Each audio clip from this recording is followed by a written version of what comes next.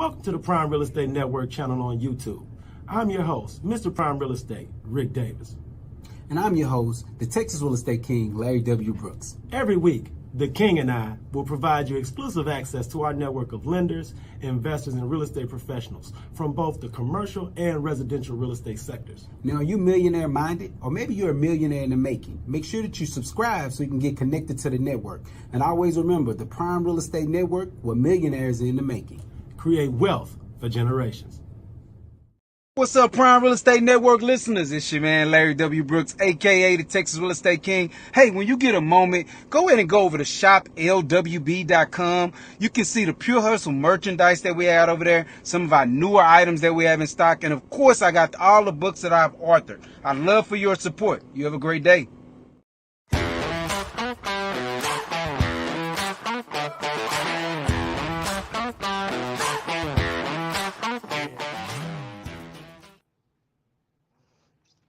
Welcome to the Prime Real Estate Network podcast. I'm your host, Ric Davis. If you don't follow me on social media, I invite you to do so at Prime Real Estate Ric. If you're looking to buy, sell, or invest in residential or commercial real estate anywhere in the great state of Texas, but especially here in our lovely city of Houston, you can reach me directly on Instagram at Prime Real Estate Ric. As always, it's an honor and a pleasure to be here with you this week, just like it is every week here on the Prime Real Estate Network podcast. Man, we have a really exciting episode planned for you all. So I urge everyone, text, DM, go to the person in the cubicle next to them, have them share the link, have them tap in, because today's episode of the Prime Real Estate Network podcast are going to provide you with a beginning to ending blueprint of how to transition from being a professional to transitioning into the entrepreneurial world and becoming a business owner. So this is one of those episodes. If you're looking to make a transition for the betterment of you and your family, this is an episode you want to pay close attention to. Without any further ado, I'd like to introduce my co-host. He is not only a highly successful real estate broker, he's a multi-time author, serial entrepreneur, and the proud proprietor of the Pure Hustle clothing brand. I want to thank him again for sitting in with us every week here on the show. And I'd like to introduce the Texas Real Estate King, Mr. LarryWBrooks. What's going on?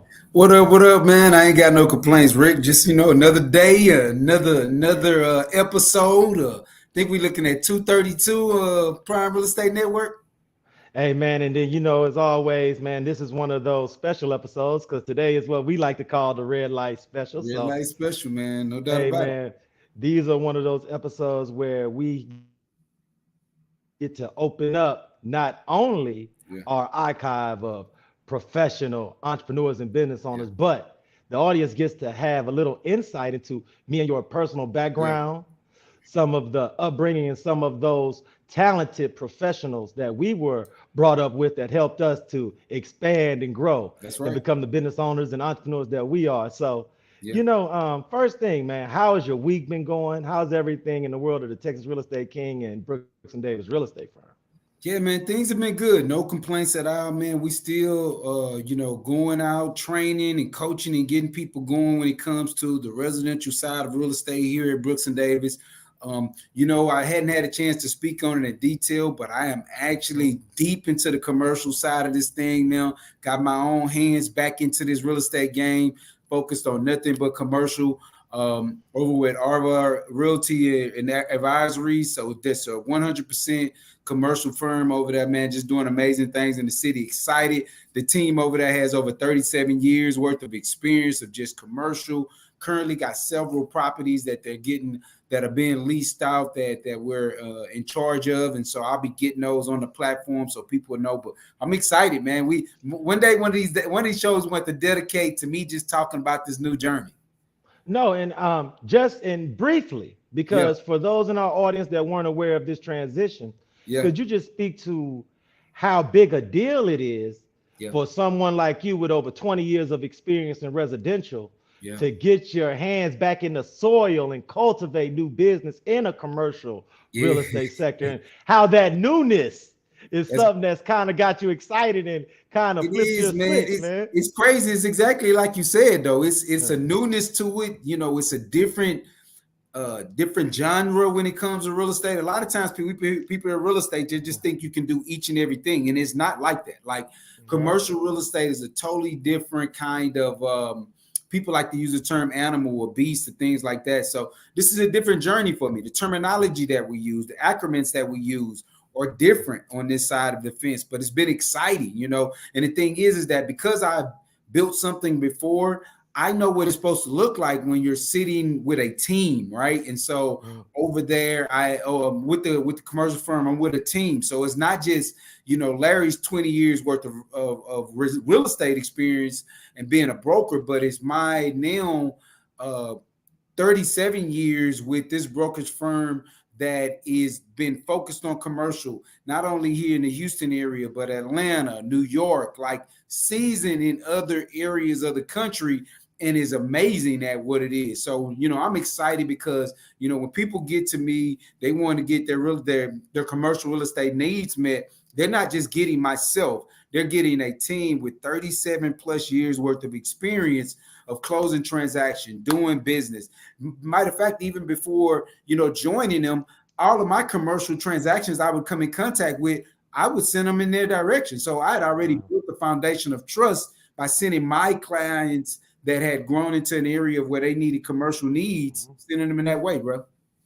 Nah, man, and I want to congratulate you because when you have so much experience in a certain sphere of business, sometimes it can be it can add anxiety stepping out into something where people already know you have a reputation as a business person, but now you're stepping into an entirely new lane where you're learning some things and actually doing some transactions for the first time. So that type of thing, I think we all need to make sure all of you on and we move forward, because this is something I think a lot of real estate professionals could take advantage of, is watching you start and make those steps into establishing a commercial real estate brand as well as your residential real estate brand. So hey, I'm you really know what, excited now about that you that. say it like that, that's Everyone definitely here in the audience. I think what I'm gonna do is come up with something that so people can watch this journey. So it's not just me talking to them. It's not just me. So I think I'm going to come up with something where people can actually watch this journey, so that, you know, it's not just when you have someone talking to you about do this because I did it, do that because I did it. This journey, this commercial journey, you may want to follow me on this journey. Watch the systems that I'm being taught now and the way that I've taught other people how to be successful on the other end of things, how you know, getting in on this journey could how my journey is going to go, how I'm going to use the same skill set, the same scripts that I teach and train people on how to use to explode their branding in their business. I think I'm going to come up with something so you guys can watch this journey. Yeah, I think I am. You know, I would hope everybody can do that, because we've had over 15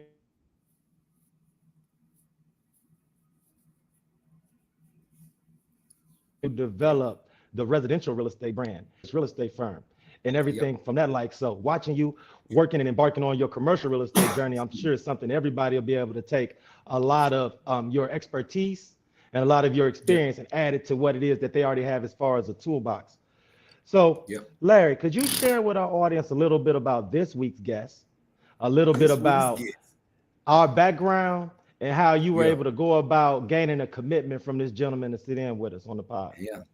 Well, man, this is family, man. You know, it's crazy because the gentleman that we have coming on at one point while we were in school together, he was my right hand man. Man, we road tripping. I was just showing some of my photo albums to my son, and it was a trip where we were actually in Baylor in Waco. And the only reason that came up is because we actually going down to Waco for this weekend. But we were in Waco, and it was just a picture of me and this guy, man. He was my wingman. He was my right-hand guy.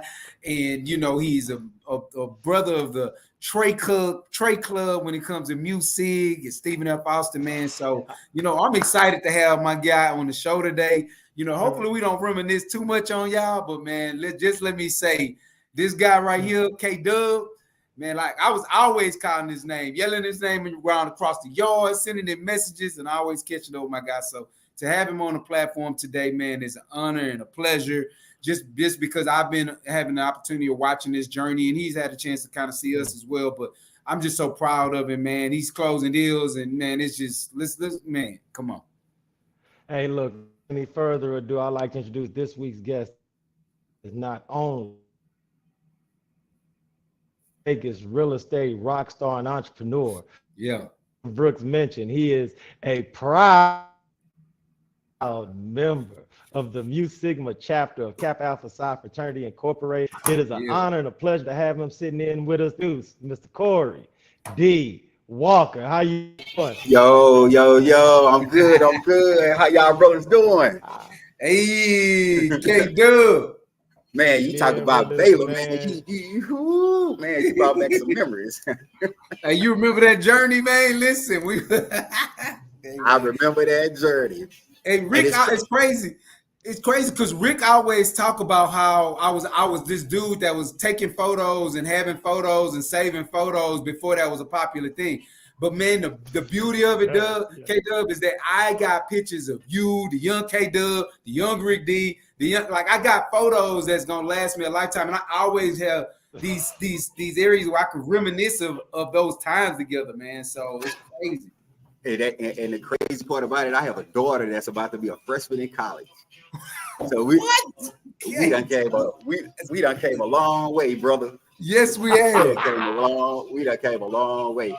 Just do me a favor. Just promise me you won't blackmail me. I got you. Hey, listen. If any of that stuff, we both going down. That's how that. Absolutely. That was great times, though. Great times. And one of the beauties about the bond is, it's been a while since we've actually been able to talk, but just to be able to come together and just like we were together yesterday, it's truly family. It's truly family. But man, those were some great times. Those were some really, really great times. No doubt, K-Dub, man. Hey, so so let me see. Are you based in Vegas now? I am in Las Vegas. I've been in Las Vegas since 2016. So just kind of give you an idea. You know what? Before that, I think I overstepped, man. I need you to because Rick usually says this. Rick says, tell the folks that haven't had an opportunity to meet your brand from across the country. Please go ahead and give us a good introduction. So Rick overstepped my boundary. I got excited though, man. I get excited with these Music boys on here. I get it. So just a little bit about myself, Kory Walker. Have a beautiful wife of 16 years, three beautiful kids. Have a background over a decade plus in education, and was licensed out in Texas as a real estate agent. Long time ago, I think you remember that. We were kind of trying to do some stuff with an REO person that I ran into. And just over the years, as I was mentioning to Rick, when my wife and I started to have a family, we just made the commitment that we wanted to be able to raise our children and not necessarily have to work to send them to somebody else to be there from 9 to 5 or whatever time. And that's really kind of how I transitioned out here. But I've been a mentor. I've been a coach in the Cedar Hill ISD and Arlington ISD back in Texas, and then for almost the past decade out here in Clark County School District in Las Vegas. So you've been in the Vegas area, you say almost 10 years now? Almost 10 years. It's been 8 years now that I've been in Las Vegas. And to be honest, this just kind of happened. It's kind of funny how God just kind of takes our lives and what we think is going to be one thing, it turns out to be another thing. But long story short, I ended up coming out here. My wife and I, we were going through an issue. We had a child that was a stillborn, and we just needed a change of scene. Understandable, yeah. Just tired of people. You're trying to move on, but people are, oh, how you doing? We're just not those kind of people. Hey, pick up the pieces, move on. Yeah. So we had looked into getting away, and obviously because of my background as a teacher and having a background as a math teacher, that being my specialty, there were a lot of different opportunities. And I just happened to stumble up, and when I say just happened, I just really happened to stumble up one day on the computer. They were having a webinar looking for teachers in Las Vegas, and long story short, started looking at criteria of what I needed if it was going to be some additional training or licensure I had to get, and just everything just fell into place. And I always tell this funny story. I was planning on coming out here to be a math teacher, and ended up they needed so many PE teachers. I was like, oh, this is easy money. Yeah. So like, I'm going there. That's okay. I was like, perfect. And we looked at everything. There were a lot of different places that needed teachers, but specifically here in Nevada, the biggest thing there's no state income tax here. So obviously moving from Texas to Nevada, that made sense versus, places like California, when you're moving from a no state income tax to a place where there's a state income tax, you're losing money before you look at it, you're losing money. So that was the first thing. The real estate was a little bit higher in terms of what we were used to paying back in the Metroplex of Dallas versus out here. But once you get out here, it's pretty comparable. But what they were really doing and are still doing is they give you reciprocity for your years of service. They also, when you and your spouse are teachers in the same district, which my wife was a long-term sub at one point, but you don't pay for health insurance. So that's a big kick.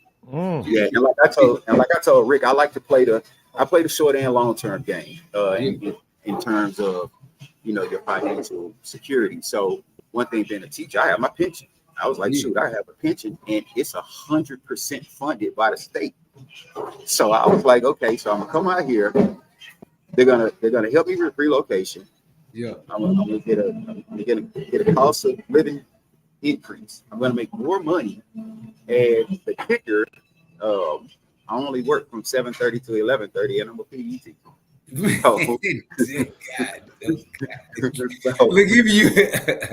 But we got Rick back on here, man. We didn't got Rick squeezed back in here, man. Thanks, Rick. But I'm and I use the education piece because I'm really big on helping people. I was at a point in my life like, man, what I want to do, what is it that I'm destined to do? Why am I here? And it just all come back to helping people.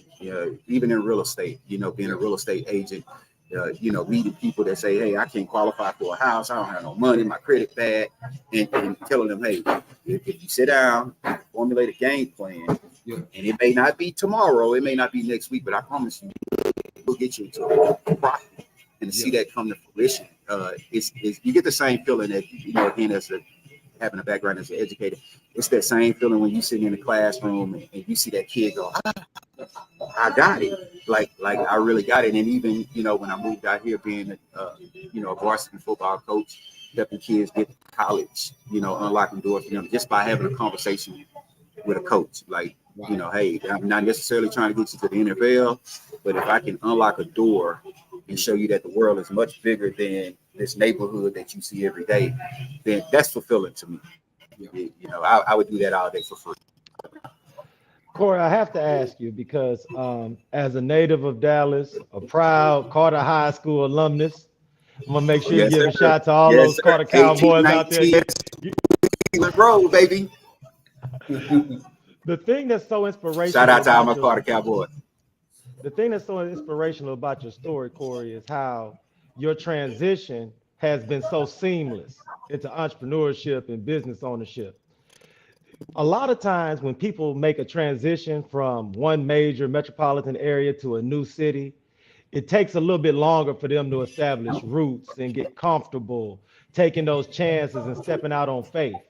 So for everyone in our audience who could use you as an example, could you just talk a little bit about how you made that transition from the classroom to entrepreneurship, to being a real estate business owner, to being a thriving realtor in a city as competitive as Las Vegas? Right. Well, I think a lot of it, I tell people all the time, I'm still transitioning. I don't ever think that you can get to a place to where you are comfortable. I think you can be comfortable in what you're doing when you have a solid game of where you're going. But my first thing was, like I mentioned when I came here, I had a background again in real estate in Texas. I had some familiarity with so my thing was, okay, I'm gonna come out to Vegas. I'm gonna make more money, but my time is gonna be freed up. So instead of me being a math teacher, 7:30 to 5, 6 o'clock, grading papers, parent conferences, I'm the PE teacher. And we all know PE teacher, nobody's about to, So my time is freed up. And then what I started to do is I had a vision. I said, okay, I'm going to make this real estate thing work for me. So, and these are just some little nuggets if you're in a position like mine. So the first thing I started doing, I was like, okay, it takes nothing for me to print off material and put it in these teachers' mailboxes. You have a lender that has programs for teachers. Well, if I'm in a building with 237 people, that's 237 conversations I had the opportunity to have every day. Okay, that's the first thing. And because you are a teacher and you're there and people see your work with children and whatnot, you already have that they know that you're trustworthy. They know that that you are a decent human being because they see your work.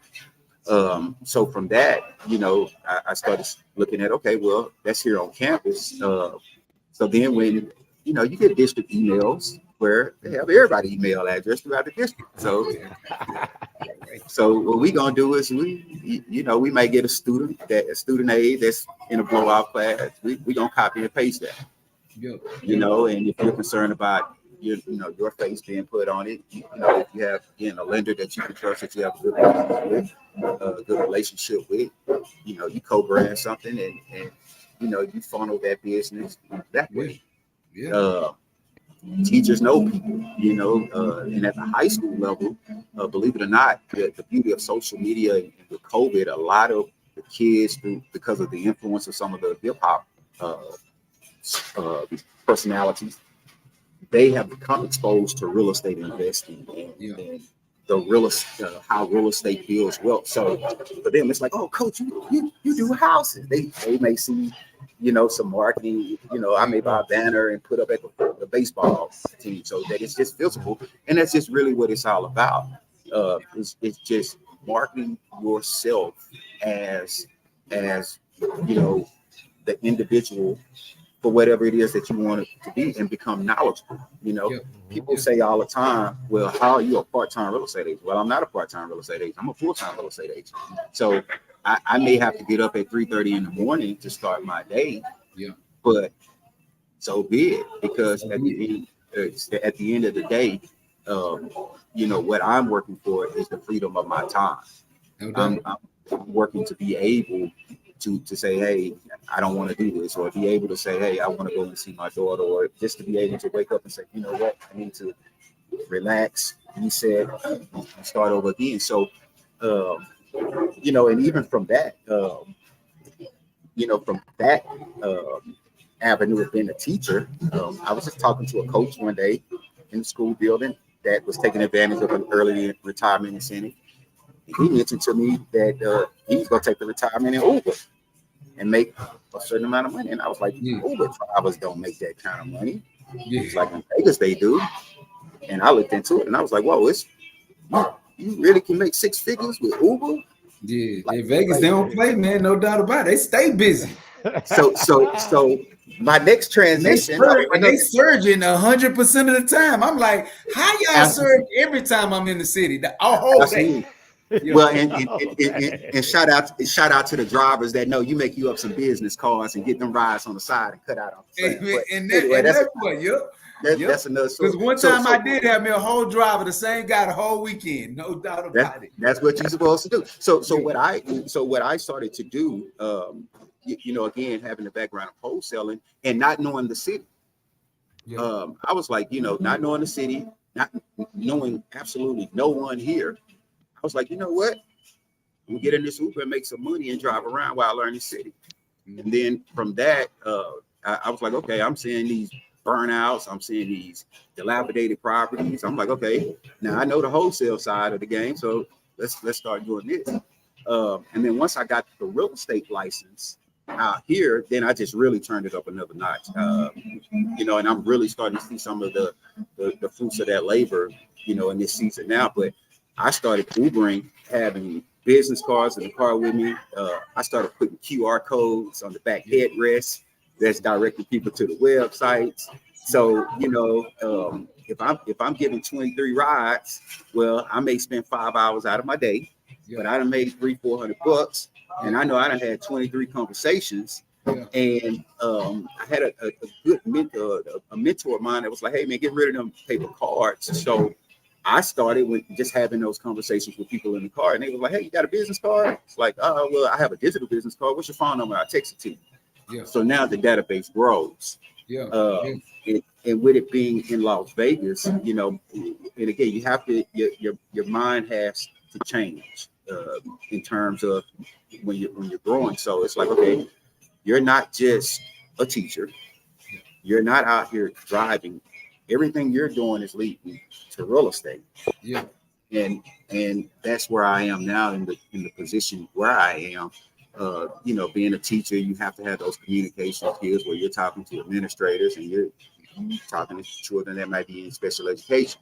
So you have to be able to have clear, concise communication, and that really helps in real estate, because a lot of my clients are first-time home buyers. They're individuals, they've never bought a home, so they don't understand that. Yes, you may have 100% financing, but you know, you still got to pay for appraisal, you still got to pay for an inspection. So it's those kind of things. But and I'm always looking to evolve. And one good thing about doing that, yes, you're making money, and yes, you're tying everything together, but I'm still at home by 6 o'clock to have dinner, because that's a commitment that I've made to my family. Okay. Also, you know, with doing that, you meet a lot of fascinating people from a lot of different walks of life out here in Las Vegas. And I mean, I've met some people. I come home sometimes and I tell my wife, like, man, I met this guy that he does X, Y, and Z, and I had no clue that it was something like that even existed. That it even existed. So you know, I just, you know, I stopped. One thing that, you know, when you're in a position like this, because I struggled at first, like, oh man, I have to hurry up and quit my job, and I have to do, like, you know, Realtor A that's over here, you know, doing $3 million a deal. No. For myself, it was, okay, what kind of heaven on earth am I trying to create for myself and my family? That part. Yep.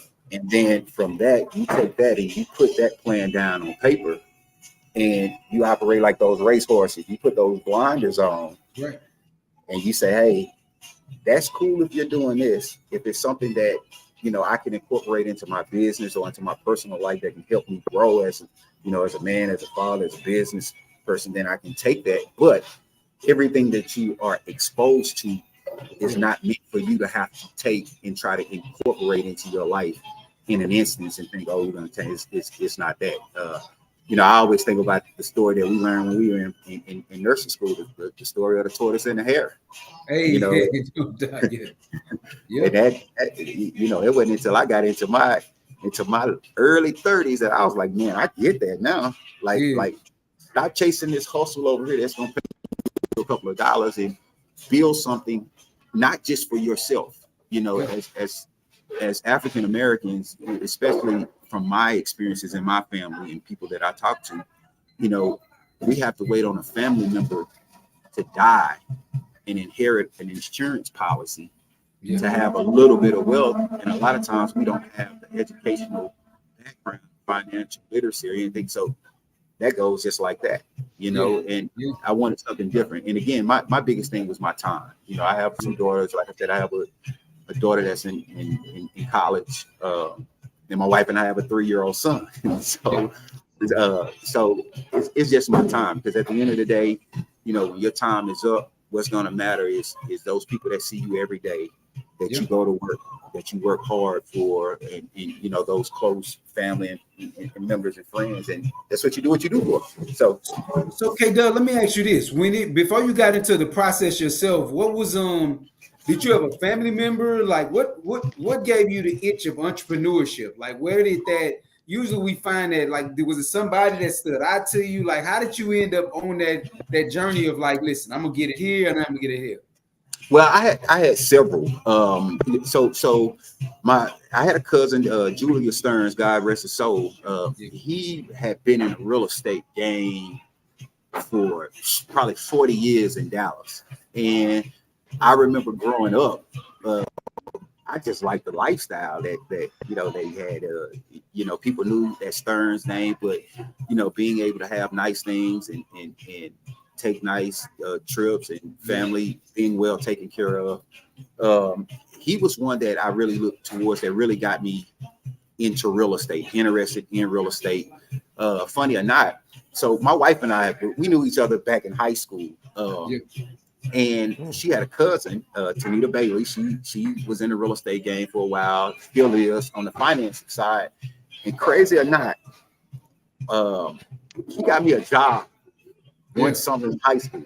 And it was doing property management. I didn't have a clue on what I was doing. And I look back on it, I was really just like the person answering phone calls, getting chewed out by people, going to eviction. But same thing with her. And I remember her saying that you can never go wrong in real estate. And she had a background in teaching. And then my uncle James Johnson, he's a pastor, had 5 children, godly man. My aunt, when I say I never want to say that a woman doesn't have to work when she's at home with the children, because that is it is a job too, no doubt about it. But when I say that, physically having to go to a building and punch a time clock, and he did it. And his thing is, and one of the things that I've liked about him, kind of one of the things he preaches, there's no such thing as failure. If you go into something and you give it your all, you put God first, you give it your all. Well, if it doesn't turn out the way that you expected it to turn out, it doesn't necessarily mean that it's failure. It could be, something that delays success, not right now, but maybe later on. And it could just also, be something that's meant to say, hey, you know what, you're going to learn this lesson, but you keep on, you take the lesson from this, and, you put left in front of right in front of left, you keep going. And I think those are really the 3 most influential people in my life that I saw, entrepreneurs. My Uncle James, he worked in a steel mill 40 years. He's just now about to retire, but he's a pastor of a church. He's on a car wash. He's on a mechanic's garage. He's on the laundromat. And I've never heard him say that you can't do something. And that's my thing. So, I a lot of times I laugh when people say, "Oh, you can't do this and do real estate." Yes, you can. Come on, you can do it now. And the crazy thing is the wisdom that you got behind it, because you said something earlier that hit home, like the way that you was like, hey, I'm around all these people. I could grab a few emails and this could start my lead generation, start the way that I start to build out my business and my opportunities. Because I remember, man, my first set of emails, bulk emails were coming from whenever people would CC, I'd be like, you know what, these people could one day use real estate, edit copy, and saved them and added them to a database that gave me an opportunity to get in front of them. So it's crazy. Bro, I'm gonna tell you. I'm gonna tell you. Well, one of the things I started doing, I would even go onto other websites, put in my information to get information, and a lot of them, if they wasn't savvy enough, they put their whole list of emails. I'm like, oh, okay, here we go. I'm still evolving. I'm just one of those persons. I'm like, hey, find a way or make a way. I don't believe when I was coaching, I used to tell the kids all the time, where it can't doesn't exist, where it can. You just gotta find a way to make it happen. Might it take some sacrifice? Yeah, it takes sacrifice. Them times I don't like getting up, sometimes 3:30, 4 o'clock in the morning. I'm doing it. And that's why I think why it has to be. Money can't equate into it. I tell some of the high schoolers that, like, when you think about your future, take money out the equation, because it's so easy to make an easy buck, taking an easy road out. But when you're really trying to establish something, and trying to establish something not just for your generation, but for the generations that's coming after you, then you know, because that's what I think about, you know. And again, I look at my dad, I look at my uncles, you know, they're in their 70s, 60, 70. They put in all that hard work. There was times they was like, hey man, I'm gonna make the bills, I'm gonna line this up, you know, I want to do this, but hey, delayed gratification. But now they're there, and the beauty about it is not only do they have success and they are experiencing their own personal success, but they are now in positions where they are just genuinely reaching out to other people, trying to help them to reach their dreams and their goals and their successes. And that's what's important. You know, I think about our time, you know, I think about our time when we were young. You know, we did foolish things. Yeah. You know, so to be in a position now to be able to give back, when I know in my personal life, you got friends that some of them are deceased, some of them locked up, and y'all walk the same path. Like it's nothing that you did that was better or so much more worthy than what they did, but you're still here and you're in a position to help. You know, that's rewarding. And then, oh, by the way, you do make a decent living, and you had the opportunity. Yeah, you had the opportunity to have a couple options here and there, so it's good. It's good. Yeah. Rick, I know you spent some time down there in Vegas, but you were finna say, go for it. No, I wanted to ask Kory, because one of the great things about being able to have a brand and practice your real estate trade in a city like Las Vegas is that it's a global destination. So you meet people from all over, every continent on the planet Earth comes to Las Vegas for business, vacations, and the like. So Kory, from your experience, what opportunities can people in Houston, Dallas, Austin, San Antonio take advantage of as far as investing in Las Vegas real estate? What have you seen that your clients have been taking advantage of, and what niches in the market do us, Larry and I, sitting in Texas, may not necessarily see that you see every day in Vegas? Well, the biggest thing. So the Vegas market is very unique. We get an influx of buyers coming from California, especially during, I think COVID kind of ramped that up, because now with people being able to work from home or work remotely or a hybrid situation, you know, they come in. But the biggest thing that I saw was the Airbnb short-term rentals. Yep. That was huge out here. Now, you know, single-family properties, condos, even high-rises. But there has been some changes within the last couple of years with the county concerning Airbnb. And Vegas is unique. So you know, Rick, you were out here. Out here, the hotel tourist industry is the economy. So they got lobbyists. Them boys gonna fight. Absolutely, they do. So you have to understand that, you know, when the Airbnb model first rolled out, you know, this is people that's just basically getting free money under the table. Like that's just no different than these, hey, selling you money to stay at your house. So one thing that the county started doing is they started putting different policies into place, restrictions on Airbnb usage. Okay, so some of the things like having one Airbnb in proximity to another Airbnb, having a homeowner, the actual property owner present, doing the short-term rentals. Now, obviously, you know, there's some owners that choose to do what they want to do. You know, I'm just here to educate them, but the Airbnb sector is huge.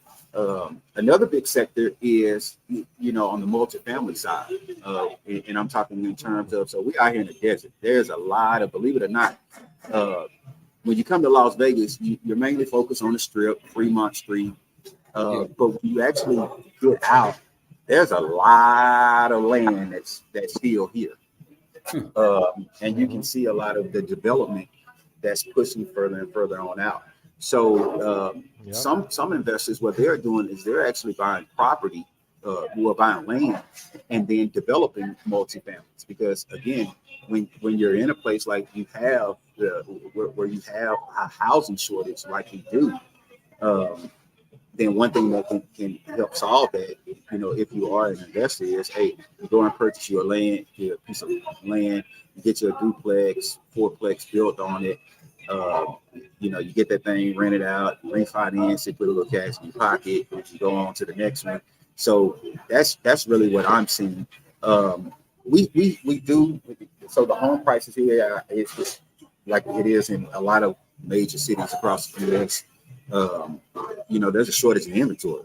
So, you know, just basic economics, whenever there's, you know, low supply and high demand, you know, the price of it is going to increase. We've seen it dip from, you know, where it was at its peaks because of, you know, the interest rates or whatnot. But the biggest thing that I saw in terms, and still see in terms of real estate investing from outside individuals, and I mean, you know, individuals not even in the States per se, is, you know, the short-term rentals. And it makes sense. I mean, it makes a lot of sense.